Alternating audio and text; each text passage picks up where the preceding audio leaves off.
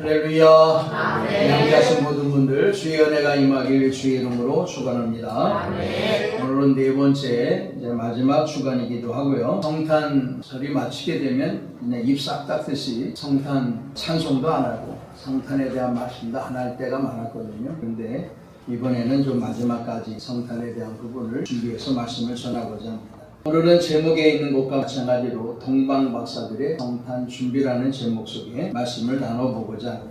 오늘은 배경 소개하는데 시간이 좀 많이 할애가 될 것 같아요. 배경 2장 1절 이하에 주어지는 동방박사가 별을 보고 예루살렘에 와서 헤롯 궁에 들어가 유대인의 왕을 묻는 내용까지가 이제 배경이 될 텐데요. 좀 거기에 대해서 많은 시간을 할애할 테니까 잘 들어서 은혜의 시간 되기를 주 이름으로 축원합니다. 헤롯이라고 하는 사람이 나오잖아요. 헤롯 왕 때에 그랬어요. 정확한 시기를 밝히는 문구이기도 합니다. 헤롯이라고 하는 이름의 뜻은 영웅의 아들이다는 이름의 뜻을 가지고 있어요. 이 사람은 실질적인 원조 유대인은 아니고 에돔 족속이라 해서 에서의 후예라고 그래요. 어쨌든 로마의 구원을 힘입어서 팔레스틴 지역 이스라엘을 33년 동안 다스리게 됩니다. 이 정치를 하고 이 헤롯의 왕이라고 하는 자리를 놓치지 않기 위해서 여러 가지 일들을 많이 하는데 좋은 일도 했지만 나쁜 일들을 많이 했어요. 과중한 세금 징수, 또 각종 건축을 하게 되었다는데 극장, 원형 경기장, 또 기념비, 우상재단, 또 아니면 성체 이런 것들을 많이 백성들을 동원해가지고 부역의 일들을 시켰기 때문에 유대인들로부터 찬양을 받지 못하게 되었는데 그 중에 한 가지 제3성전을 헤롯이라고 하는 사람이 이제 세우게 되잖아요. 성전은 세 가지의 제1성전, 제2성전, 제3성전이 있는데 다 아시죠? 제1성전은 뭘 가리켜서? 제1성전을 뭐라 그래요? 솔로몬 성전이 제1성전이고 제2성전은 스룹바벨 성전이 제2성전이고 그러면 제3성전은 지금 이야기하는 헤롯 성전이 제3성전입니다. 헤롯은 기원전 20년 전부터 시작해서 기원 후 64년까지 즉 자기가 죽고 난 다음에 완성이 되는데요. 자기가 살아 생전에는 완성을 하지 못해요. 죽고 난 이후 기원 후죠. 서기 64년도에 완공을 하게 됩니다. 그러면 머리가 좋으신 분 몇 년 걸렸을까요? 기원전 20년부터 시작해서 서기 64년까지 지었어요. 84년을 지읍니다. 어마어마하게 정말 거대하기도 하고 많은 부분을 심려를 할애해서 완공이 됐어요. 자기가 죽고 난 다음에 이제 완공이 되는 건데 그것 때문에 유대인들의 환심을 사기도 했습니다만은 6년이 지난 서기 70년도에 로마의 장군 디도라고 하는 사람을 통해서 헤롯 성전이 완벽하게 무너집니다. 성경에 표현된 돌 위에 돌 하나도 남기지 않은 채 완벽하게 무너지게 돼요. 84년 동안 지었던 성전이 6년 뒤에 이렇게 완벽하게 무너지는 허무함을 갖게 되었어요. 어쨌든 그건 뒷이야기고 헤롯에게는 아내가 10명이 있었다 그래요. 좋아요 안 좋아요? 초짜까지는 나왔는데 아유는 안 하는 것 같아. 헤롯은 아내가 10명이 있었는데 그 중에 제일 예쁜 아내를 자기가 죽기 전에 죽였다 그래요. 내가 혼자 죽는 게 아쉽다. 가장 예쁜 아내를 이 땅에 남겨줘서 안 된다 해가지고 예쁜 아내를 죽였어요. 그러니까 여성분들 예쁘려고 노력해야 돼, 안 해야 돼? 응? 그냥 지대로도 예쁘니까 더 이상 되지 마. 다 예뻐. 제일 예쁜 아내를 죽였어요. 그 예쁜 아내를 죽인 것만이 아니라 그 처가댁 식구들을 다 죽였어요. 장모도 죽이고 처남도 죽이고 자기가 그 예쁜 아내를 통해서 낳은 두 아들도 죽이고 죽였어요. 그것만이 아니에요. 사내들인 공영은 45명을 모조리 죽이고 대제사장, 존경받는 사람들인데 그 사람들은 2명 전적적으로 죽였다고 해요. 자, 이쯤 되니까 유대인들이 폭동이 일어나겠죠. 폭동이 일어나니까 폭동에 가담한 2,000명을 색출을 해가지고 다 십자가형을 처하게 됩니다. 자, 이 정도면 헤롯이라고 하는 사람은 좋은 사람일까요? 악한 사람일까요? 악한 사람 중에 악한 사람이 헤롯이라고 하는 사람. 성경에는 6명의 헤롯이라고 하는 이름이 나오는데 그 중에 첫 번째 되는 사람이 이 사람인데 이 사람이 이후에는 우리가 아시다시피 예수님의 출생에 대한 부분을 박사들을 통해서 묻고 이야기를 듣기를 원했습니다만 박사들이 하나님의 지시를 따라 다른 길로 가잖아요. 헤롯에게 알려주지 않습니다. 그로 인해서 2살 이전의 아이들을 전부 다 죽이잖아요.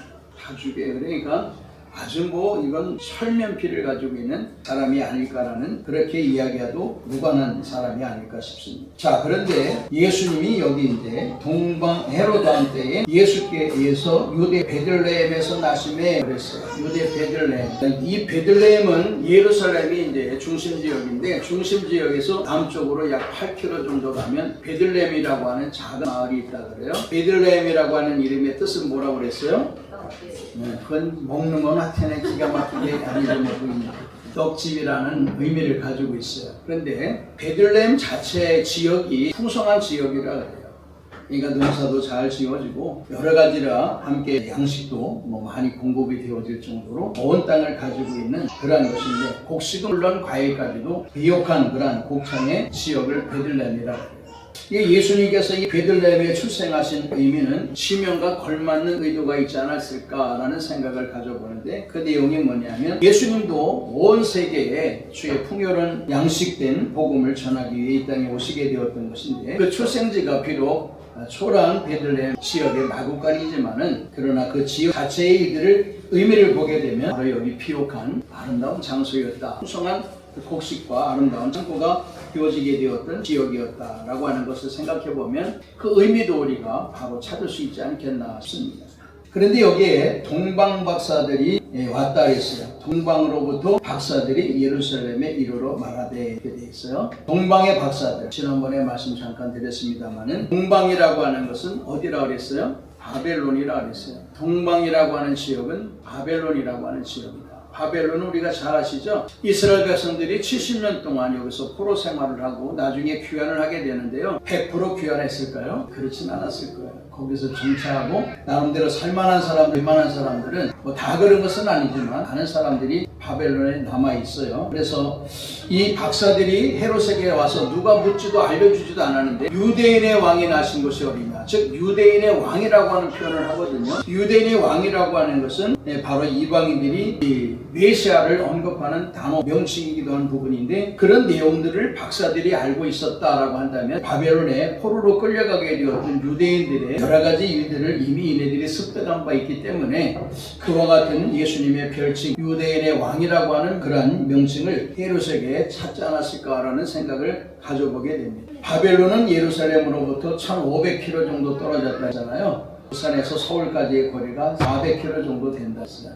4배 정도의 거리에 있어요. 자, 그런데 박사라고 하는 사람은 우리가 아는 내용과 맞는지 틀리는지 모르겠습니다만, 이 사람들은 나름대로 그 사람들한테 존경받는 사람, 그냥 엉터리 마술사 이런 사람들이 아니고, 다니엘서도 보게 되면 다니엘 같은 경우에도 박사라고 표현을 하거든요. 그러니까 이 박사는 일반적으로 아마 꿈에 대한 거나 아니면 천체에 대한 부분이나 이런 것들을 살펴서 알 수 있는 그런 나름대로의 기가 막힌 재주와 능력을 가지고 있는 사람을 당시에 박사라고 했다라고 하는 부분이에요. 그러니까 오늘 이 박사들은요, 그냥 마술사, 점쟁이 같은 그런 존재가 아니라 그래도 천체나 꿈이나 등등의 일을 헤아릴 수 있는 놀라운 능력을 지닌 사람들이다라고 볼 수 있는 부분이에요. 근데 이 사람들이 2절에 보시면 유대인의 왕으로 나시니가 어디 계시며 우리가 동방에서 그의 별을 보고 그에게 경배하러 왔다 그랬어요. 유대인의 왕이라고 방시로네요. 좀 이따 다시 말씀을 드리겠습니다만은, 그럼 그 별을 보고 왔다라고 한다면 동방에서부터, 즉 바벨론이라고 하는 지역이라고 한다면 바벨론에서부터 그 별을 보고 계속 따라온 거예요.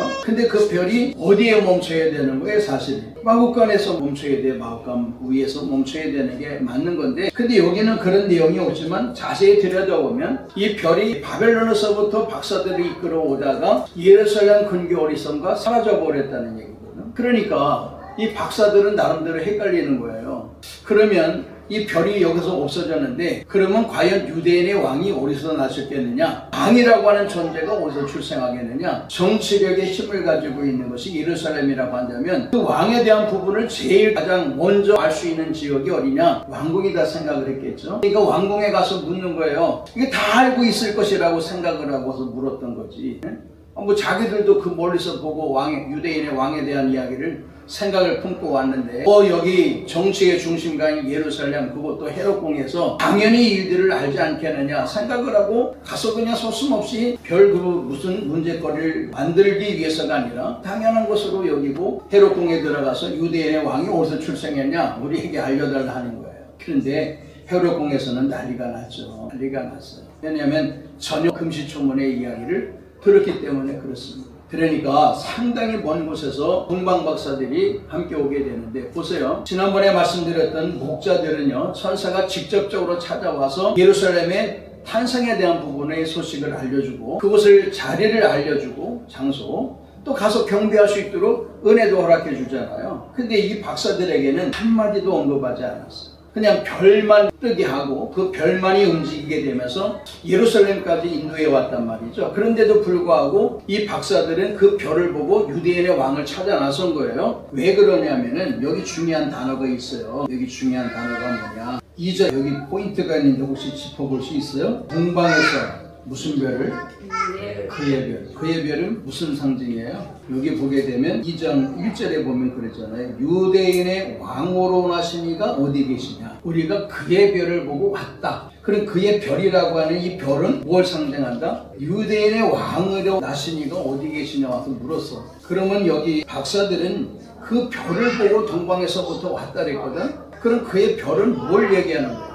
그냥 왕이 아니라 유대인의 왕의 별자리라고. 박사들은 그 부분을 살피고 저 별이야말로 유대인의 왕이 출생되어지는 별이구나. 없던 것이 생겼으니까. 그래서 그 별을 그냥 뭐 다른 별로 생각하는 게 아니라 이 사람들은 100% 그 별을 유대인의 왕의 별이다라고 믿음을 가지고 그 먼 곳에부터 시작해서 예루살렘까지 이르게 되었다 그 말씀입니다. 이 사람들은 별을 알아보는 사람들이니까 우리야 그냥 뭐 요즘 뭐 하늘도 안 쳐다보잖아. 하늘 쳐다볼 뭐 새 거 있어? 앞에 보고 살아가기도 바쁜데. 근데 별을 자리를 관리하고 관찰하던 사람이니까 별의 희한한 우주에 희한한 별이 뜬 것을 보고 이 별은 유대인의 왕을 상징하는 별이구나. 근데 그 별이 그 자리에 있는 게 아니라 움직이거든. 그러니까 움직이는 이 유대인의 왕의 별을 따라서 박사들도 예물을 준비해서 떠나게 되었는데 그 별이 예루살렘까지 왔다가 사라졌다는 얘기예요. 그러니까 박사들은 자신 나름대로의 지식이 있잖아. 지혜가 있는 거야. 그러면 이 유대인의 왕의 별이 동방에서부터 여기까지 왔는데 여기서 사라졌어. 정확한 것을 짚어주지 않고 없어졌기 때문에 자기들의 추측과 지식과 지혜를 생각해보면 당연히 이곳은 예루살렘이라고 하는 곳이 정치의 중심지 1번가니까 이곳에 아기 예수가 출생되지 않았을까. 그리고 가장 중심지역인 헤롯궁에 들어가서 묻는 것이 가장 상식적인 일들이다라고 생각을 해와서 물었다 그 얘기거든요. 근데 헤롯은 모르는 거야. 그러니까 깜짝 놀랄 일이지만 이 명칭에 대한 부분을 우리가 생각해보면 유대인들은요 이 예수님에 대한 명칭, 별칭을 뭐라 그러냐면 다윗의 왕이라고 그래요. 다윗의 자손. 다윗의 자손 예수요. 성경에 많이 나오죠. 환자들이 예수님을 부르는 내용 중에 이 단어가 많이 기록이 돼요. 다윗의 자손 예수요. 다윗의 자손 예수요. 왜? 다윗의 자손이라고 하는 의미는 메시아를 상징하는 의미예요. 유대인들에게 있어서는. 그래 이방인들은 이 예수를 어떻게 표현하느냐? 좀 전에 언급한 것처럼 유대인의 왕으로 표현하는 거예요. 이해를 하시겠어요? 유대인은 뭐라고 표현한다고? 다윗의 자손이라고 표현합니다. 다윗의 자손. 그러나 이방인들은 뭐라고 표현한다고요? 유대인의 왕. 예수님이 십자가를 지실 때 편말에 뭐라고 썼어요? 유대인의 왕. 그렇게 되어 있어요. 그게 예수님은 실제적으로 이 유대인들만을 위한 것이 아니라 전체의 백성들을 위한 왕으로서 이 땅에서 오셨다가 가셨는데 그것이 실질적인 이 땅에 사람들을 치리하는 왕이 아니라 영적인 왕이 되었음에 대한 부분, 그것도 유대인들에 국한되어지는 왕이 아니라 전 세계의 많은 사람들을 대표하는 왕으로서 이 땅에 오시고 그들을 위한 십자가를 지시고 그리고 부활하시고 이후에 다시 재림주로 오시겠다는 약조를 남긴 분이 바로 지금 성탄을 하게 되었던 예수 그리스도다 그 말씀입니다. 다짜고짜 헤롯에게 헤롯궁에 들어가서 유대인의 왕으로 나신 이가 어디 계시뇨? 라고 하니까 얼마나 헤롯이 그랬겠어요. 지금 그렇지 않아도 자기의 자리를 넘보는 사람, 자기의 뭐 이업적인 사람들, 이런 사람들을 한두 명도 아니고 수천 명을 죽이는 사람인데 이 박사들이 와가지고 뜬금없이 이 유대인의 왕이 어디 나셨냐? 이렇게 물어보니까 헤롯이 그냥 그 박사들을 죽여야 돼, 살려야 돼. 당장 여느 때 같으면 당장 죽여야 되는데 박사들을 죽이게 되면 그럼 정말 유대인의 왕이 어디서 출생했는지 그 사람 그 존재를 없애야 씨를 말리는데 유대인들 이 박사들만 동방의 박사들만 죽였다고 한다면 그 문제가 생겨지는 거거든. 아마 짧은 생각이 많이 돌아갔던 것 같아요. 그러니까 이 박사들을 죽이면 이 문제가 남으니까 박사들을 설득해서 어디서 출생했는지 어디인지 정확하게 나한테 오면 내가 그 원조되는 유대인의 왕된 출생자를 죽여버려야 되겠다. 이 생각을 품고 이 박사들을 설득해서 이야기하잖아요. 너희도 와서 나도 경배하러 갈 테니까 자세하게 얘기 좀 해다오. 그래서 설득해서 베들레헴으로 보내는 거 아니겠어요? 근데 이 헤롯이 박사들을 베들레헴으로 보내는 데에는 이유가 있어요. 깜짝 놀란 헤롯이 대제사장들이와 서기관들을 불렀잖아요. 애들을 불러가지고 아니 지금 이 박사들이 하는 얘기가 뭐 유대인의 왕으로 요선하셨다 그러는데 그거 뭔 얘기냐? 그러니까 이 사람들이 뭐 준비했듯이 잘 얘기해 주잖아. 뭐 예로부터 시작해서 뭐 하나님의 말씀이 언급한 것이 그의 아기의 출생지는 뭐 베들레헴이고 어쩌고 저쩌고 다 얘기해 줬어. 오늘 본문의 말씀에 그런 내용이 나오잖아요. 기가 막히게 뭐 설명을 잘해준다. 근데 여러분에게 말씀드렸다시피 이 사람들은 박사를 따라서 경배를 하러 가요 안 가요? 지식으로만 섬기는 사람, 중심으로 섬기는 자들이라면 따라가야지. 또 그런 정말 출생되었다는 이야기가 있으면 정말 환대해야 되고 축하해야 될 얘기 아니에요. 지식으로는 그냥 머리로만 알고 있는 사람이니까 이 사람들이 뭐 지식으로는 줄줄줄 읊어가지만 실질적으로 경배하러 박사들과 함께 동행하지 않습니다. 그러니까 이게 참 아이러니한 일이죠. 우리도 주님을 지식이 아니라 정심으로 섬길 수 있기를 주님의 이름으로 축원합니다. 그런 사람이 되어야 되잖아요.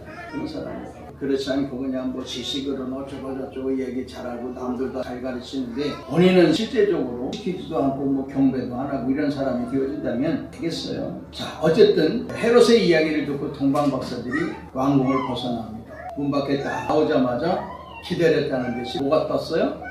그의 별이 또 떠있는 유대인의 왕으로 상징되어지는 그 별이 또 떴네. 그러니까 여기 본문의 말씀 보세요. 그 별을 보고 얼마나 기뻐했는지. 이 말씀 보게 되면 동방이라고 하는 바벨론에서 그 별이 박사들이 이끌고 왔다가 예루살렘 어느 쯤에서 사라졌다는 얘기거든. 그러니까 다시 헤롯 궁에 들어가서 그 지식을 가지고 왔는데 실패를 하잖아. 자신들의 지식이 맞지 않은 것을 실패를 경험하고 다시 왕궁에서 나오니까 자신들이 기다렸던 별이 즉 그의 별이라고 하는 유대인의 왕을 상징하는 별이 문 밖에 탁 찬란하게 떠 있는 거야. 그러니까 박사들이 정말 기뻐했다는 크게 기뻐하고 기뻐하더라. 진짜를 찾았구나. 그래서 그 별이 어디까지 인도해요? 말씀 그대로 예수님이 탄생하신 마국간 위에 머무르게 됩니다. 그리고 그 별을 따라 마국간에 들어가게 되었던 박사들은요, 어머니 마리아가 예수님을 안고 있는 것을 보게 되잖아요. 경배의 대상이 마리아도 아니고 요셉도 아니었어요. 본문의 말씀을 가만히 보세요. 아기와 마리아가 같이 품에 안고 있었는지 옆에 있었는지는 자세하게 알 수 없는 일이지만은 그러나 그 성화라고 하는 그림을 보게 되면 대체로 마리아가 예수님을 안고 있는 사진들이 많이 있잖아요. 그림들이. 어찌되었든 이 박사들이 경배한 대상이 누구라고요? 아기야, 아기. 유대인의 왕으로 출생하신 그 아기에게만 경배했지 그를 안고 있거나 옆에 있는 어머니 마리아에게 경배한 게 아니에요. 그러니까 마리아는 경배의 대상이 맞다 아니다? 아닌 거예요. 박사들도 분명히 아기 예수에게만 경배했지 마리아에게 경배한 거 아니거든. 그러니까 천주교의 오점이 여기에 있는 거예요. 마리아가 경배의 대상이 아니라 그 말씀. 어쨌든 자, 이와 같이 아기에게 경배하고 호비압을 열어서 황금과 유향과 몰약을 예물로 드렸다. 그렇게 되어 있어요. 목자들은 아무것도 준비하지 못하고 왔는데 이 박사들은요, 큰 것에서부터 오는 와중에 호비압에다가 3가지의 선물을 담아서 온 거예요. 한 사람이 하나씩 준비해 온 게 아니라 같이 3가지를 준비해 와서 같이 3가지를 이 아기 예수께 그 경배의 예물로 드려드리게 된 겁니다. 무엇을 가지고 왔다고요? 황금, 유향, 몰약이라고 하는 3가지를 가지고 왔어요. 황금이라고 하는 거 아시다시피 우리가 제일 좋아하는 겁니다. 아기 예수님께 경배할 때 보배업을 열어서 제일 먼저 황금이라고 하는 내용물이 나옵니다. 황금은 동서고금을 막론하고 매우 값비싼 그런 기준품이죠. 자, 그 다음에 유황, 그 아라비아 지역에서 출토되어지는 건데 나무에서 채취가 되어지는 거라고. 그래서 이것은 유황은 그 설사나 치질 등의 치료약으로 의약품으로는 화약과 성냥 등등의 일들로 쓰임되는 그러한 요소라고 그래요. 우리가 좋아하는 유황오리 드셔보셨어요? 좋아해요? 유황을 먹여서 키우리라 그래요. 그 오리들은 보면 털이 다 벗겨졌어요. 털이 별로 없어요. 몇 개 달고 다니더라고요. 아주 빨개 벗고 다녀요. 그런데 좀 많이 먹여서 그렇고 조금 적게 먹이면 털이 온전히 있는데 그게 좀 비싸요. 그리고 여러분 좋아하는 온천에 이거 있잖아. 무슨 온천? 유황온천이라는 거 가보셨죠? 유황온천. 그 유황이라는 것이 여기에 쓰임되어지는 거예요. 세 번째는 몰약인데요. 우리가 이야기하는 성진 같은 거예요. 아라비아 지역이라고 하는 거는 좀 알아보니까 사우디아라비아가 제일 큰 지역을 차지하고 있고 유황 그리고 몰약 이런 것들이 생성이 되어지는데 몰약이라고 하는 것은 대체로 방부제로 쓰임됩니다. 방부제. 그러니까 미이라를 만들 때 몰약을 많이 쓰고 마취제, 방부제, 마취제 이런 것들을 쓰여진다. 근데 여기 이제 세 가지 영적인 의미가 있잖아요. 황금은 뭘 상징한다고요? 왕직을 상징합니다. 그러면 이제 유황이라고 하는 거는 뭘 상징한다고요? 향. 유황이라고 하는 것은 다른 게 아니고 예수님의 신성에 대한 부분을 이야기합니다. 그 다음에 몰약이라고 하는 거는 몰약이 아까 무슨 역할을 한다 했어요? 방부제 역할을 한다 했어요. 그러면 대체적으로 뭐가 떠올라요? 예수님의 순환, 고난과 죽음을 의미한다. 이게 뭐 박사들이 이걸 알고 예비했는지는 모르겠지만 하나님께서 이렇게 준비하신 것은 이와 같은 일들의 상징성을 가지고 준비하게 하시고 아기 예수님께 경배를 드리며 예물로 드리게 되었다 그 말씀입니다. 이 세 가지가 다 고가의 물질들입니다. 고가의 상품들이에요. 이것을 그 아기 예수님을 출생한 요셉과 마리아가 영구적으로 보존했을 것이다. 첫째. 두 번째는 필요할 때 팔아서 썼을 거다. 영구적으로 보존했을 것 같아요? 아니면 팔아서 썼을 것 같아요? 여러분들은 넉넉하니까 다 영구적으로 보존하겠지, 그지? 근데 팔아서 썼다, 영구적으로 보존했다, 이건 없어. 그런데 우리가 대충 생각할 때에 2장 14절, 15절을 한번 보실래요? 아기 예수가 출생되어지고 얼마 이후에 하나님의 지시를 따라서 헤롯의 죽음이 임박하기 직전에 탈출을 하게 되죠. 어디로? 매우 먼 아래 지역에 있는 한 데 있어요. 그럼 그곳에 가서 헤롯이 죽기까지 있었다 그랬어. 그러면 그때까지 여기 아기 예수가 출생되어지고 호적하러 왔는데 몇 년 동안 이게 살만한 먹거리라든지 예물을 준비하고 왔을까? 그러진 않았겠죠. 그러니까 급하게 애굽으로 도망을 쳤는데 그러면 그때 무엇을 먹고 살았을까? 무엇을 가지고 아마 이것을 팔아서 사용하지 않았겠냐. 그런 의미를 갖는 거죠. 그러니까 팔았었다도 아니면 하나님이 이렇게도 하시는데 사람들 돕는 사람들을 통해서 얼마든지 먹이시기도 하고 입히시기도 하는 건데 그럴 수도 있는 것이고 이렇게 귀중한 물품이니까 보관할 수도 있는 거고 또 이것을 팔아서 나름대로의 생활에 보탬이 될 수도 있을 것이다 라고 하는 그냥 추측을 갖는 건데 여기까지 우리가 상상하거나 추측할 필요는 없는 일이고요.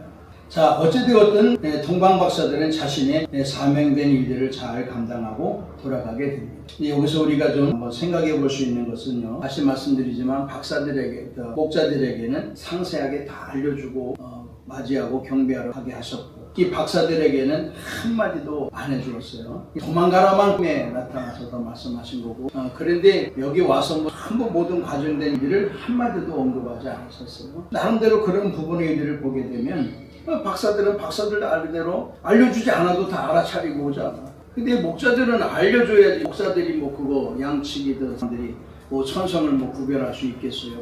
분별할 수 있겠어요? 그러니까 알려주고 자 가까운 사람들을 부르시고 가장 먼 곳에 있는 사람을 부르셔서 아기 예수님을 경배하게 하셨다 그 말씀이거든요. 이 모든 사람들이 다 아기 예수의 성탄을 기쁨으로 경배할 수 있는 자세의 마음을 가져야 된다 그 말씀입니다. 그게 중요한 겁니다. 그럼 아기 예수가 태어나자마자 그 별이 떠가지고 바벨론이라고 하는 1500km 떨어진 곳에서 아기 예수를 경배하러 왔다고 한다면 그 시간이 맞을까 안 맞을까?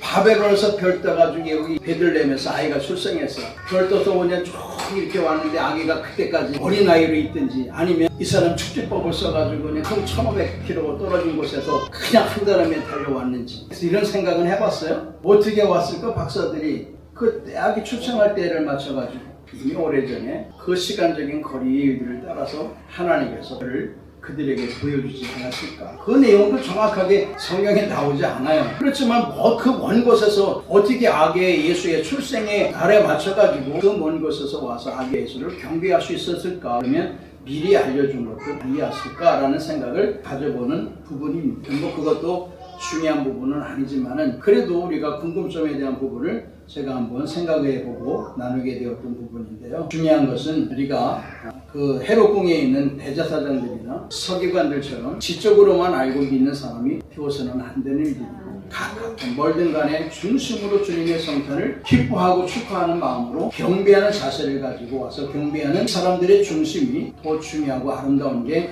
아니겠느냐 맞습니다. 성탄의 날은 지났지만은 그러나 성탄의 날만 중요한 게 아니고 우리가 항상 주님의 성탄을 정말 기쁘게 여기고 정말 축하하고 정말 감사히 여기는 바로 우리의 마음의 자세가 필요하다고 합니다. 성탄이 있어도 아유 그게 뭐야, 성탄이 있어도 그게 귀찮게 또 하는 거야, 성탄이 있어도 무슨 뭐 예물도 드리라는 거야, 이렇게만 생각되어서는 이 헤롯궁에 거하고 있는 대제사장들과 서기관과 다를 바 없는 사람들이 정말 성탄을 축하하며 함께 참여하고 찬양하고 예배하는 그런 마음의 자세를 가진 사람들은 다른 바 없는 이 목자들과 같은 동방박사들과 같은 그러한 자들이 아니겠느냐 하는 마음입니다. 아무쪼록 유대인의 왕 다윗의 자손되는 우리의 메시아 되고 구원자 되시는 예수님의 성탄을 우리가 중심을 다해서 축하하고 참여할 수 있기를 주님의 이름으로 축원합니다.